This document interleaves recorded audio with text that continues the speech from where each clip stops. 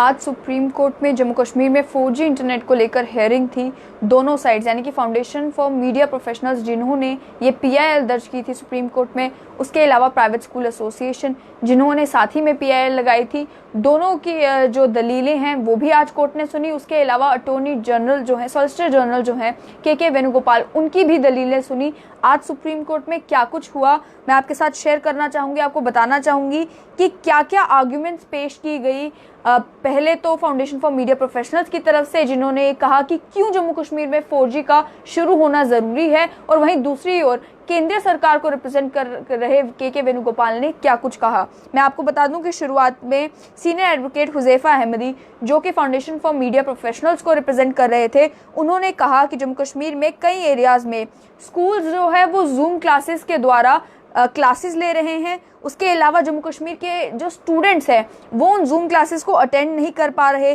बाद में उन्होंने ये कहना शुरू किया कि 16 मार्च को सेक्शन 144 जो है वो कोरोना वायरस पेंडेमिक के चलते जम्मू कश्मीर में लगाया गया। इस पर जो है जस्टिस रामन्ना, आपको मालूम होगा जस्टिस NV रामन्ना, सूर्यकांत और BR गवाई, इनका बेंच जो है वो सुप्रीम कोर्ट में इस मामले में हियरिंग कर रहा था। तो ये दलील सुनकर जस्टिस रामन्ना ने सीनियर एडवोकेट हुज़ैफा अहमदी से एक कहा कि फैक्ट्स और डेट्स इंपॉर्टेंट नहीं है, आप बताएं कि मामला क्या है, इश्यूज क्या हैं जिन्हें हाईलाइट करना ज़रूरी है।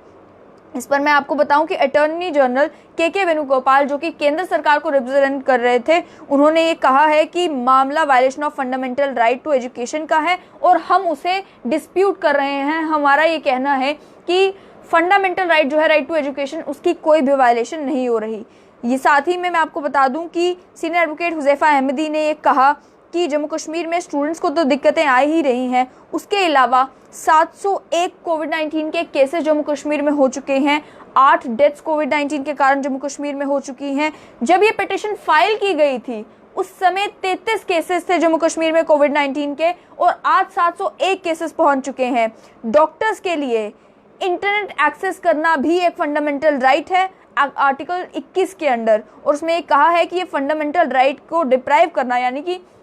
इस पर रोक लगाना जो है वो सही नहीं है, खास करके तब जबकि पूरे विश्व में ये पेंडेमिक फैला हुआ है, रिस्ट्रिक्शंस लगाई गई हैं, डॉक्टर्स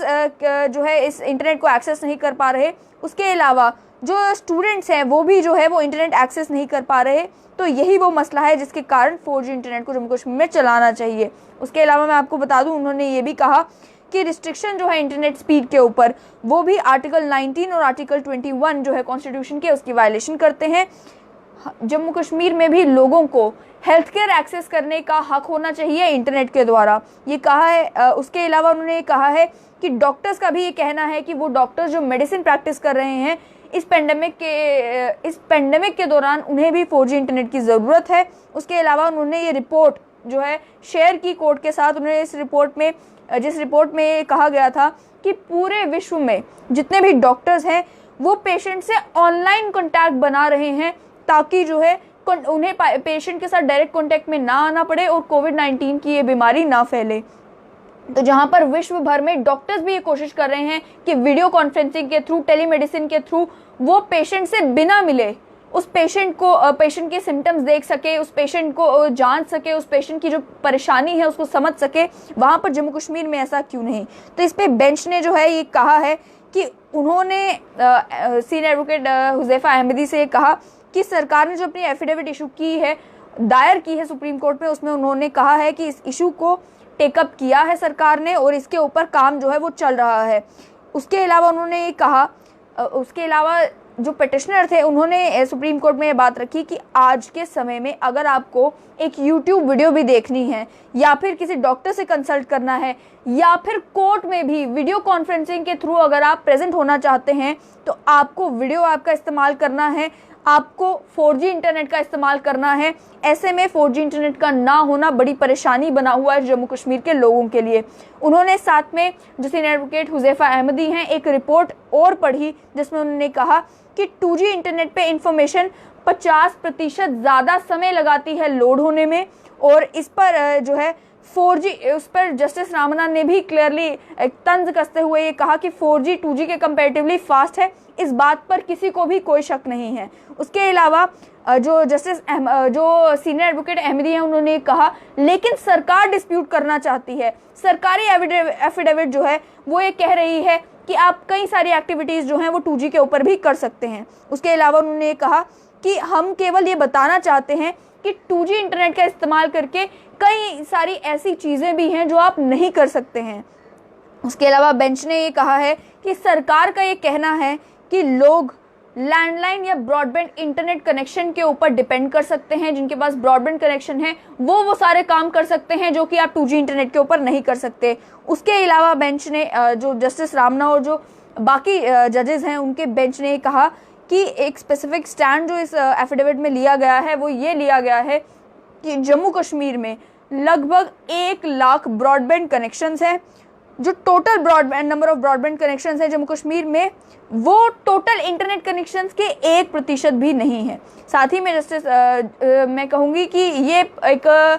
जो सरकार के फेवर में बात नहीं है वो इन्होंने पॉइंट आउट की कि लगभग 1% पॉपुलेशन होगी जम्मू कश्मीर की जिसके पास ब्रॉडबैंड कनेक्टिविटी है। उसके अलावा जो है एडवोकेट अहमदी ने कहा कि सरकार का ये कहना कि अगर आपके पास ब्रॉडबैंड कनेक्शन है तो आप इंटरनेट इस्तेमाल कर सकते हैं, ये कहना बहुत ही यूजलेस होगा। उसके अलावा उन्होंने कहा कि कोई अगर अपने घर में है और उनके पास कनेक्शन है तो वो बिकॉज ऑफ तो सोशल डिस्टेंसिंग के कारण कोई और उनके घर में नहीं आ सकता और कोई और ब्रॉडबैंड कनेक्शन वो जो है इस्तेमाल नहीं कर सकता। तो आप समझ सकते हैं कि समझिए मैं हूं और मुझे इंटरनेट इस्तेमाल करना है, आपके घर में ब्रॉडबैंड है। जब पेंडेमिक नहीं था, अगर मुझे कोई ऐसा इमीडिएट काम होता जिसके लिए मुझे 4G इंटरनेट की ज़रूरत होती तो मैं अपने किसी दोस्त के, किसी रिश्तेदार के, किसी के घर में जाकर वाईफाई का इस्तेमाल कर सकती थी। लेकिन अब क्योंकि पेंडेमिक है, पेंडेमिक के चलते आप किसी के घर जाकर ब्रॉडबैंड इस्तेमाल नहीं कर सकते। ये पॉइंट आउट किया है कि 1% लोग ऐसे हैं जिनके पास ब्रॉडबैंड कनेक्शन है।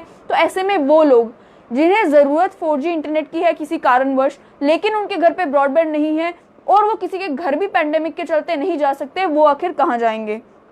उसके अलावा बेंच ने कहा कि बात नंबर्स की नहीं है, बात यह है कि लीगली ये जो रिस्ट्रिक्शंस हैं ये कहाँ स्टैंड करती हैं। हेल्थ कंसर्न्स भी जम्मू कश्मीर में है, सिक्योरिटी कंसर्न्स भी जम्मू कश्मीर में है। सरकार जो है वो सिक्योरिटी कंसर्न्स उठा रही है। तो इस पर जो है एडवोकेट अहमदी ने कहा कि एक डिफरेंस है इसमें, जब लॉकडाउन नहीं होता, अगर लॉकडाउन नहीं होता और इंटरनेट के ऊपर रिस्ट्रिक्शंस होती तो ये आर्टिकल 19 का इशू बन जाता, यानी कि right to freedom of speech and expression का इशू बन जाता। लेकिन अब क्योंकि लॉकडाउन है, पेंडेमिक है और सरकार ने इंटरनेट के ऊपर जो है बैन लगा कर रखा है, बैन नहीं रिस्ट्रिक्शंस लगा कर रखी हैं, तो ऐसे में हेल्थ इश्यूज को भी बैलेंस करना जो है वो ज़रूरी हो जाता है। और साथ ही में उन्होंने कहा कि अब ये आर्टिकल 21 का इशू बन चुका है। आर्टिकल 21 जो है protection of life and personal liberty से डील करता है। इसलिए उन्होंने कहा कि अगर ये पेंडेमिक जिस समय नहीं था उस समय ये इशू आर्टिकल 19 का था,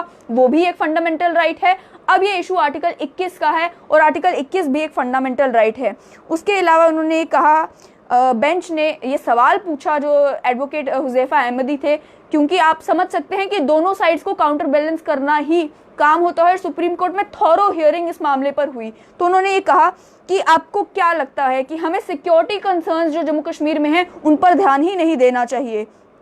तो इस पर एडवोकेट हुज़ैफा अहमदी ने ये जवाब दिया है कि ये नॉर्मल समय नहीं है। अगर ये नॉर्मल समय होता तो उस पर आप सिक्योरिटी कंसर्न्स को जो है प्रायोरिटी दे सकते थे, लेकिन ये भी ध्यान में रखना ज़रूरी है कि इस समय पेंडेमिक है और पेंडेमिक के चलते हेल्थ कंसर्न्स प्रायोरिटी हैं। नॉर्मल समय में जो है सरकार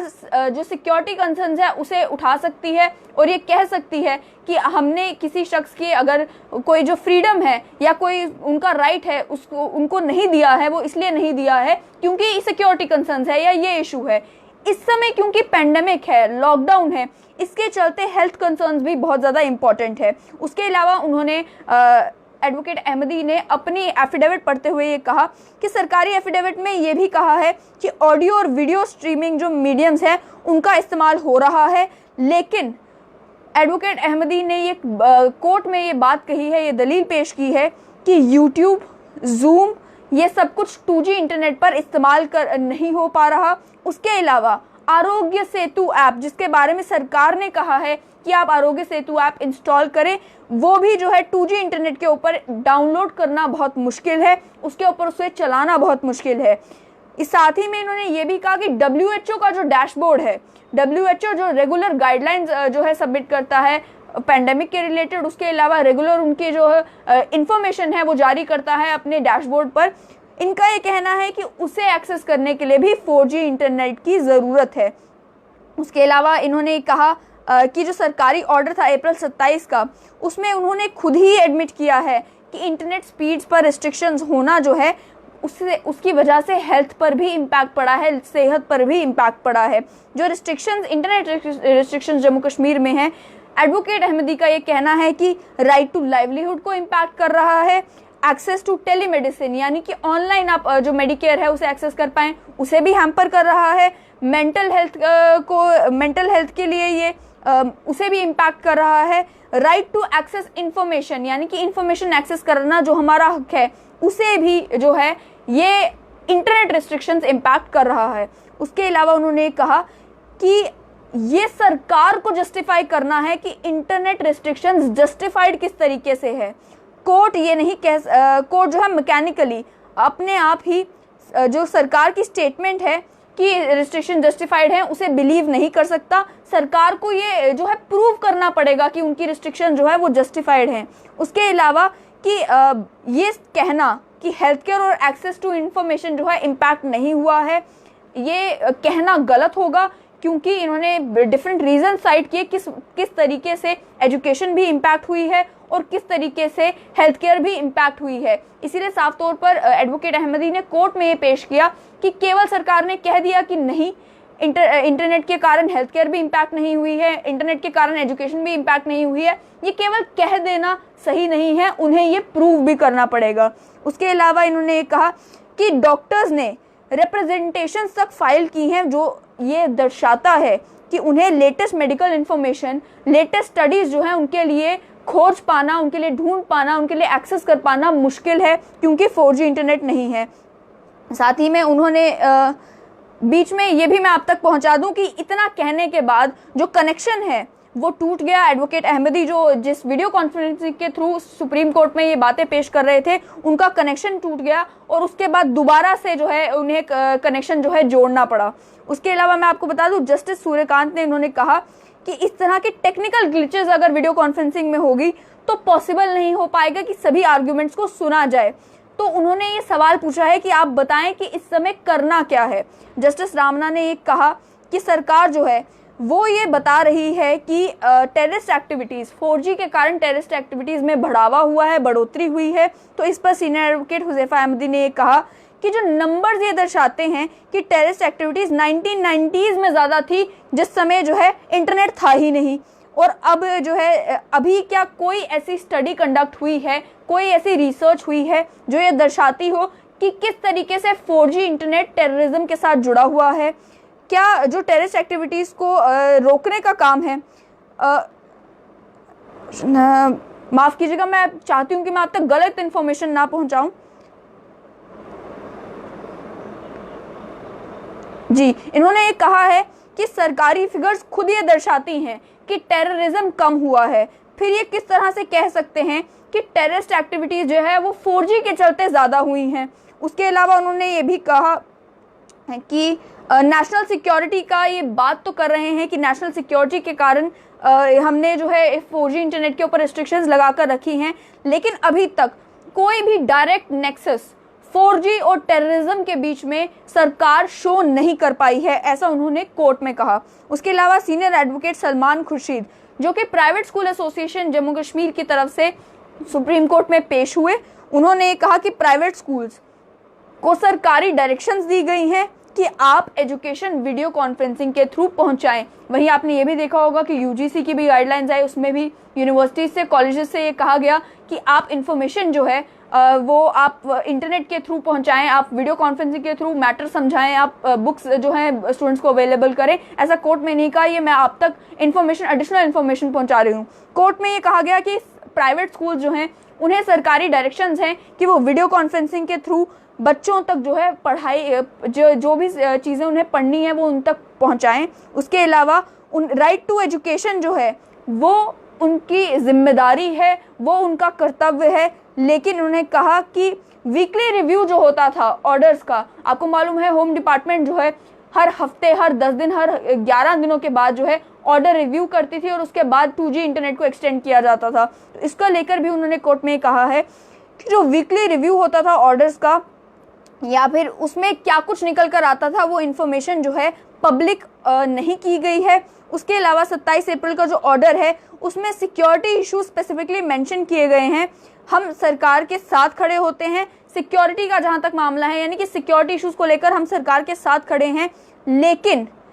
इस इंफॉर्मेशन को, इस डेटा को पब्लिक में पहुंचाना जरूरी है ये समझने के लिए कि आखिर 4G इंटरनेट का क्या इम्पैक्ट पड़ रहा है सिक्योरिटी के ऊपर। उसके अलावा एफिडेविट में ये कहा गया कि 1 घंटे की जो क्लासेस हैं टेलीविजन के द्वारा वो दी जा रही हैं, तो हम पूरा का पूरा सिलेबस जो है, ऐसा एडवोकेट खुर्शीद जो है सलमान खुर्शीद, उन्होंने कहा कि हम पूरा सिलेबस 1 घंटे की क्लास पर डे से कैसे कंप्लीट करेंगे। उन्होंने कहा कि इंटरैक्टिव टीचिंग, वीडियो कॉन्फ्रेंसिंग के थ्रू आप इंटरैक्टिव टीचिंग कर सकते हैं, यानी कि अगर टीचर कोई सवाल पूछती है तो बच्चा उसका जवाब दे सकता है। अगर बच्चे को कोई क्वेरी है तो वो टीचर से सवाल पूछ सकता है। वीडियो कॉन्फ्रेंसिंग में सवाल जवाब हो सकते हैं, कॉन्वर्सेशन हो सकती है। इन्होंने कहा ये पॉसिबल नहीं है इंटरैक्टिव टीचिंग टेलीविजन के थ्रू करना। आपको मालूम है कि ऑल इंडिया रेडियो जो है उससे भी टाई अप किया गया है, दूरदर्शन से भी टाई अप किया गया है, ब्रॉडकास्टिंग जो लोकल ब्रॉडकास्टिंग चैनल्स हैं उनसे भी टाई अप किया है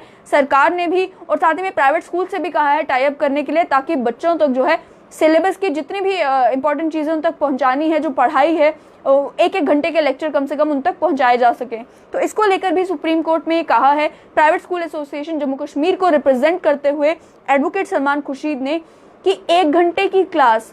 टेलीविजन पर पढ़ाकर क्या पूरा सिलेबस खत्म किया जा सकता है।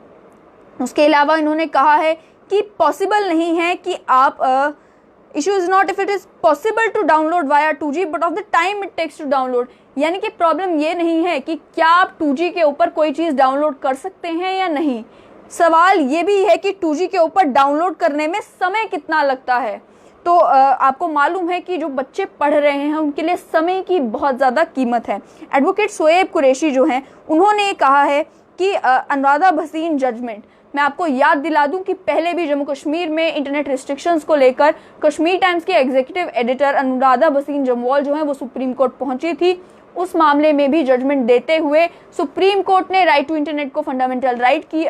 करार किया। उसके बाद ये कहा कि अगर इंटरनेट के ऊपर रिस्ट्रिक्शंस कंटिन्यू रहती हैं तो वो आर्टिकल 19(2) के तहत रह सकती हैं, उसके अलावा कोई कारण नहीं हो सकता। और साथ ही में ये भी कहा कि अगर इंटरनेट रिस्ट्रिक्शंस कंटिन्यू रहेंगी तो वो इनडेफिनेट पीरियड के लिए कंटिन्यू नहीं रह सकती, सरकार को बताना पड़ेगा कि वो कितनी देर के लिए कंटिन्यू कर रही हैं और उसके अलावा क्या कारण है जिसकी वजह से इंटरनेट रिस्ट्रिक्शंस कंटिन्यू हो रहे हैं, उसे भी पब्लिक इंफॉर्मेशन करना पड़ेगा। तो उसी जजमेंट का हवाला देते हुए जो एडवोकेट शोएब कुरैशी हैं उन्होंने सुप्रीम कोर्ट में ये कहा कि अनुराधा भसीन जजमेंट जो थी उसके बाद से 2 तरह के ऑर्डर्स निकल रहे हैं। एक है रिस्ट्रिक्शंस का ऑर्डर इंटरनेट स्पीड के ऊपर और दूसरा ऑर्डर है इंटरनेट शटडाउन का। ऑर्डर्स में रिपीटेडली ये बात मेंशन की जाती है कि एंटी नेशनल इन्फ्लेमेटरी इंफॉर्मेशन जो है वो सोशल मीडिया के द्वारा फैलाई जा रही है। उन्होंने ये कहा कि रिस्ट्रिक्शन सोशल मीडिया के ऊपर क्यों नहीं हो सकती, इंटरनेट एक्सेस रोकने की क्या ज़रूरत है। उसके अलावा उन्होंने ये भी दलील पेश की कि एक्सेस टू एजुकेशन, यानी कि पढ़ाई सफ़र कर रही है, काम सफ़र कर रहा है, और जो लॉयर्स को भी लीगल रिसर्च करनी है वो भी सफ़र कर रहा है क्योंकि 4G इंटरनेट जो नहीं है। उसके अलावा मैं आपको बता दूं कि अटॉर्नी जनरल के वेणुगोपाल जो कि केंद्र सरकार को रिप्रेजेंट कर रहे थे इस मामले में, उन्होंने अनुराधा भसीन जजमेंट का पैराग्राफ 83 पढ़ा जिसमें ये लिखा गया था कि ample merit in government contention that internet may be used, orders that have been passed specifically state that restrictions in internet speed are required for national security। यानी कि सुप्रीम कोर्ट ने ये एक्नॉलेज किया था कि जो ऑर्डर्स पास किए गए हैं स्टेट गवर्नमेंट के द्वारा जिसमें रिस्ट्रिक्शंस लगाई गई हैं इंटरनेट स्पीड के,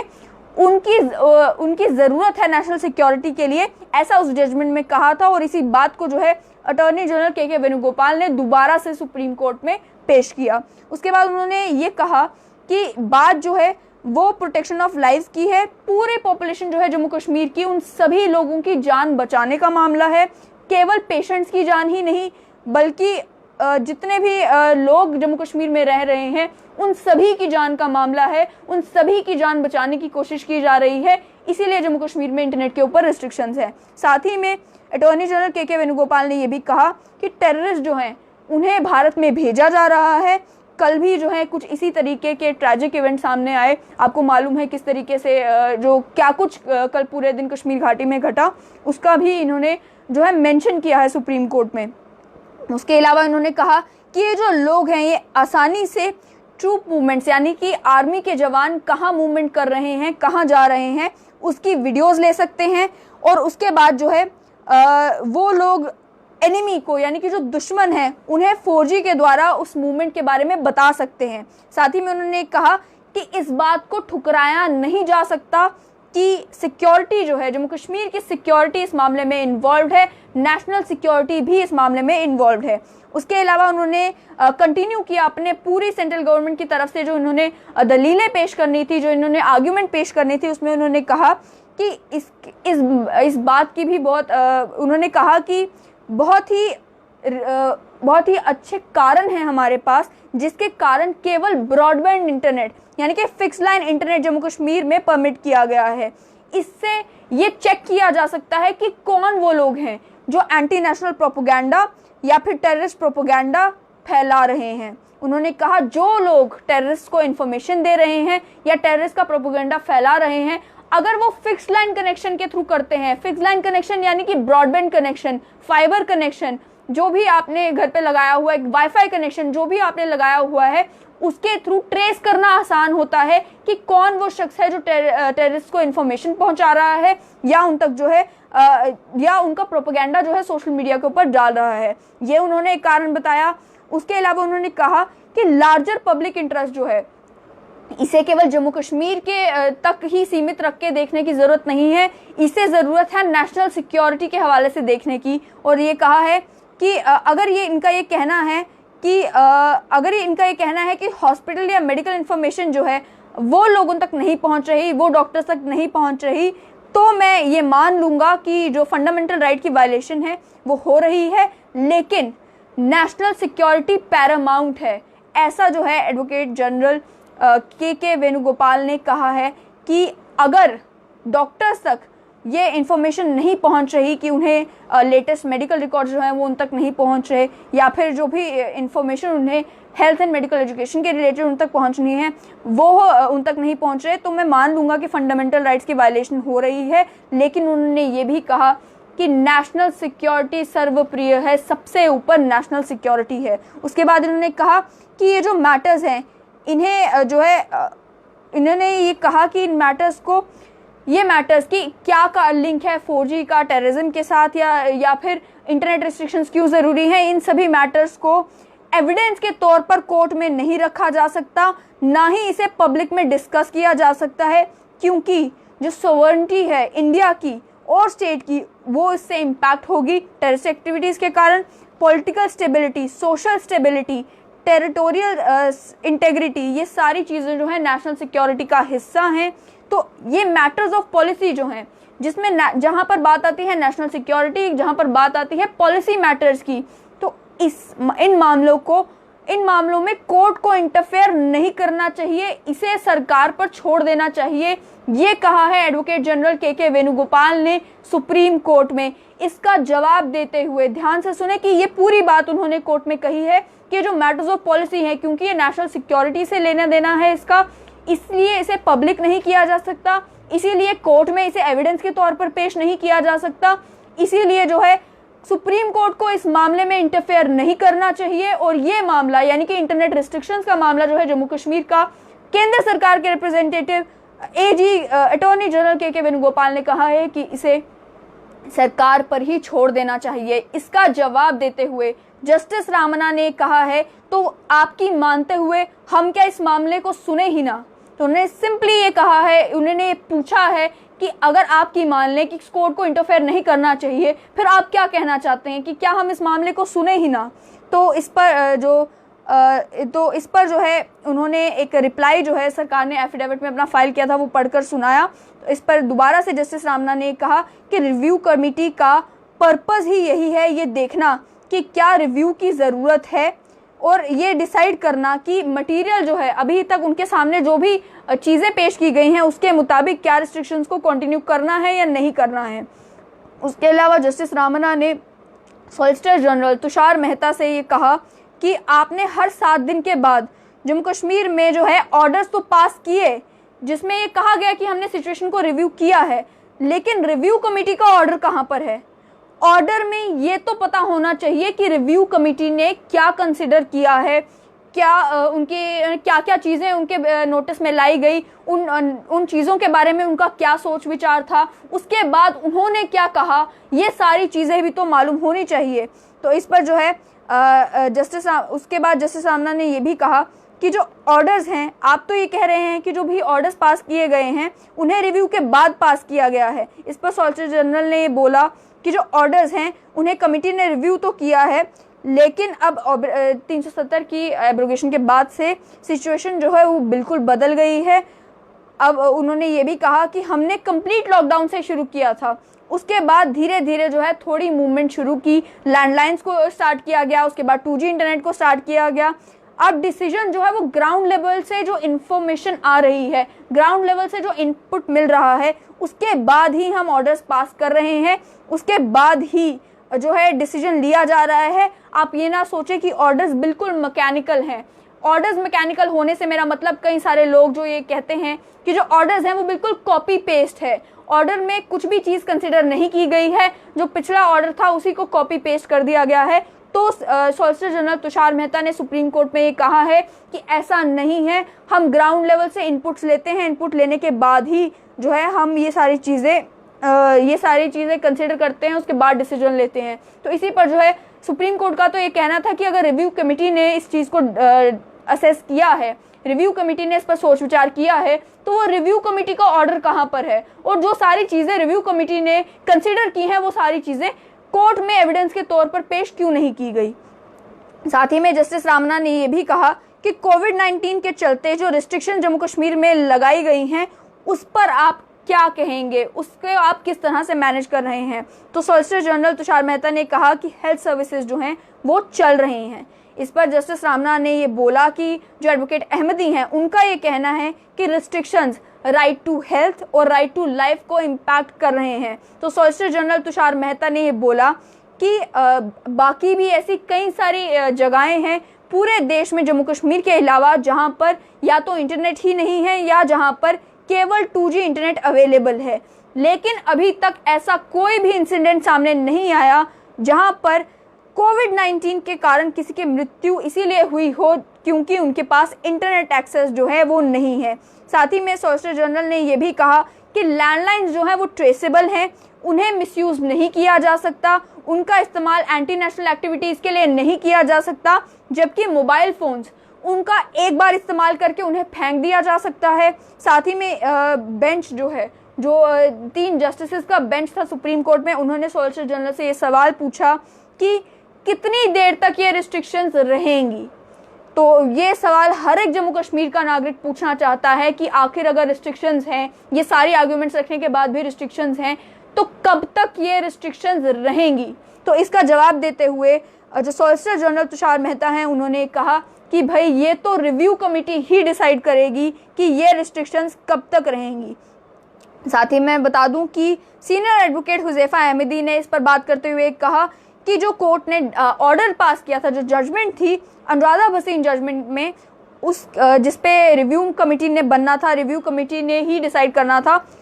उसे फॉलो नहीं किया जा रहा। साथ ही में उन्होंने कहा था कि जो सुप्रीम कोर्ट की जजमेंट थी उस केस में उन्होंने ये कहा था कि पीरियोडिक रिव्यू होना चाहिए रिस्ट्रिक्शंस का, और 1 हफ्ते के अंदर अंदर जो है वो रिव्यू करने के बाद डिसीजन आना चाहिए। इसमें इन्होंने कहा कि ऐसे कोई ऑर्डर सामने नहीं आए जहां पर रिव्यू कमेटी ने ऑन रिकॉर्ड जो है मतलब ऑन रिकॉर्ड रिव्यू कमेटी का जो ऑर्डर है वो नहीं रखा गया है सुप्रीम कोर्ट के सामने। तो उनका ये कहना है कि जो जजमेंट थी सुप्रीम कोर्ट की उसे फॉलो नहीं किया जा रहा। तो जो ऑर्डर्स इस समय रिस्ट्रिक्शंस लगाकर रखे हैं जम्मू कश्मीर में 4G इंटरनेट के ऊपर, ये उस सुप्रीम कोर्ट की जजमेंट की कंटेम्प्ट है, उसकी वायलेशन है। उसके अलावा उन्होंने ये भी कहा कि हमने बार बार ये पॉइंट आउट किया है कि 2G इंटरनेट इंटरैक्टिव क्लासेस के लिए काफ़ी नहीं है। ये मामला जो है ये एक बच्चे को भी समझ आएगा। उन्होंने एलिमेंट्री नॉलेज बोला है, मैं आपको थोड़ा आसान भाषा में समझा रही हूँ कि एक बच्चे को भी समझ में आएगा कि 2G इंटरनेट का इस्तेमाल वीडियो के लिए नहीं किया जा सकता। साथ ही में उन्होंने ये भी कहा जम्मू कश्मीर में 4G इंटरनेट की क्या ज़रूरत है। इस पर बात करते हुए सीनियर एडवोकेट हुज़ैफा अहमदी ने ये भी कहा कि जो सेकेंडरी स्टूडेंट पॉपुलेशन है वो और भी ज़्यादा परेशान है, वो और भी ज़्यादा हैंडीकैप हो गई है। यानी कि छोटे बच्चों की बात तो अलग, जो हायर सेकेंडरी स्कूल में भी पढ़ रहे हैं, सेकेंडरी स्कूल में भी पढ़ रहे हैं, उन्हें भी परेशानी है क्योंकि उन्हें बाकी देश के साथ compete करना है। लेकिन जो कमी है उनकी पढ़ाई में 4G इंटरनेट के ना होने के कारण वो कौन पूरा करेगा, क्योंकि बाकी देश में तो जो बच्चे पढ़ रहे हैं उन तक तो 4G इंटरनेट पहुंच रहा है। उसके अलावा उन्होंने कहा कि सरकार का जो स्टैंड है उसमें कॉन्ट्राडिक्शन है। एक तरफ वो कह रहे हैं कि इंफॉर्मेशन डाउनलोड होती है, यही कारण है जिसकी वजह से हम इंटरनेट रिस्ट्रिक्शंस लगा कर रख रहे हैं, हम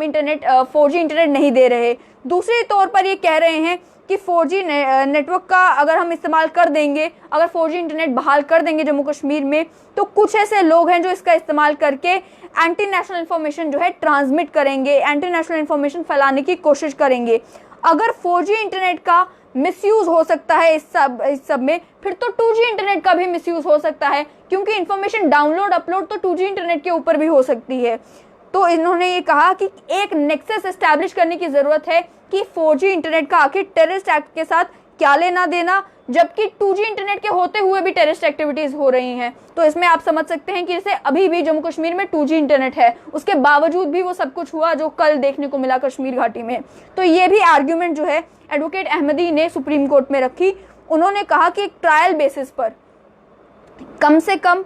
फास्टर इंटरनेट स्पीड जो है, इन्होंने 4G नहीं कहा, इन्होंने फास्टर इंटरनेट स्पीड कहा, जिसका मतलब 3G भी हो सकता है। कम से कम थोड़ी स्पीड जो है वो दे के सरकार एक बारी देखे कि उसका इस्तेमाल किस लिए होता है। अगर तो जम्मू कश्मीर पीसफुल रहता है, जो अभी उन्होंने कहा कि एंटायर जम्मू रीजन जो है वो पीसफुल है, उसके अलावा कश्मीर में भी एक बड़ी पॉपुलेशन ऐसी है, कश्मीर में भी एक बड़ा रीजन ऐसा है, बड़ा एरिया ऐसा है जो कि इस समय पीसफुल है। लेकिन अगर आप सब कुछ ही बंद कर देंगे फिर तो परेशानी हो जाएगी, ऐसा कहा है एडवोकेट अहमदी ने। उसके अलावा सीनियर एडवोकेट सलमान खुर्शीद ने यह भी कहा है कि एक और ऑप्शन भी है सरकार के पास कि जो साइट्स प्रॉब्लमैटिक हैं, यानी कि मोस्टली सोशल मीडिया साइट्स, तो उन्हें ब्लॉक किया जाए। उन्होंने कहा कि अगर पॉर्न साइट्स को सरकार ब्लॉक कर सकती है तो आखिर वो साइट्स जिनका इस्तेमाल हो रहा है टेररिस्ट एक्टिविटीज़ को बढ़ावा देने के लिए, टेररिस्ट प्रोपेगेंडा फैलाने के लिए, उन स्पेसिफिक वेबसाइट्स को सरकार ब्लॉक क्यों नहीं कर सकती। इसको लेकर भी अब जस्टिस रामना ने कहा कि हमने सारी की सारी आर्ग्यूमेंट सुन ली है, हमने पूरे मामले को कंसिडर कर लिया है, अब हमें और किसी इंफॉर्मेशन की ज़रूरत नहीं है। उन्होंने रिजर्व किया है इस ऑर्डर को, यानी कि अभी वो समय लेंगे, वक्त लेंगे, उसके बाद जजमेंट इस मामले में आएगी। तो सॉलिसिटर जनरल ने जो है थोड़ा समय मांगा है कि वो जो है लीगल आर्ग्यूमेंट के लिए थोड़ी जजमेंट जो है वो पेश करें, लेकिन बेंच ने केवल ये कहा कि अब हम ऑर्डर्स पास करेंगे, अब जो है इस मामले में और सुनवाई नहीं होगी। तो ये सब कुछ जो है आज पूरे दिन सुप्रीम कोर्ट में देखने को मिला। सुप्रीम कोर्ट में अलग अलग जो आर्ग्यूमेंट्स है वो पेश की गई। जम्मू कश्मीर की तरफ से फाउंडेशन फॉर मीडिया प्रोफेशनल्स और साथ ही में जो private school association Jammu Kashmir है, इन दोनों ने जो है PIL फाइल की थी सुप्रीम कोर्ट में। अपनी साइड उन्होंने पेश की कि किस तरीके से 4G इंटरनेट ना होने के कारण जम्मू कश्मीर में बच्चे भी सफ़र कर रहे हैं, स्टूडेंट्स जो हैं वो सफ़र कर रहे हैं, उसके अलावा जो डॉक्टर्स हैं, प्रोफेशनल्स हैं, वो भी सफ़र कर रहे हैं। और 4G इंटरनेट का होना जो है वो इस समय right to life and personal liberty के तहत ज़रूरी है। अगर लॉकडाउन नहीं होता तो right to freedom of speech के तहत ज़रूरी होता। जो अनुराधा भसीन जजमेंट पास की गई है वो right to freedom of speech and expression के तहत राइट टू इंटरनेट को फंडामेंटल राइट कहता है, और ये कहता है कि इस पर अगर रिस्ट्रिक्शंस होंगी तो वो आर्टिकल 19(2) के तहत, आर्टिकल 19 सब क्लॉज 2 के तहत ही हो सकती हैं, उसके अलावा नहीं हो सकती। लेकिन केंद्र सरकार का पक्ष रखते हुए जो एडवोकेट जनरल हैं या फिर सॉलिसिटर जनरल हैं, दोनों ने यही कहा कि नेशनल सिक्योरिटी का मामला है, कोर्ट को इसमें इंटरफेयर नहीं करना चाहिए।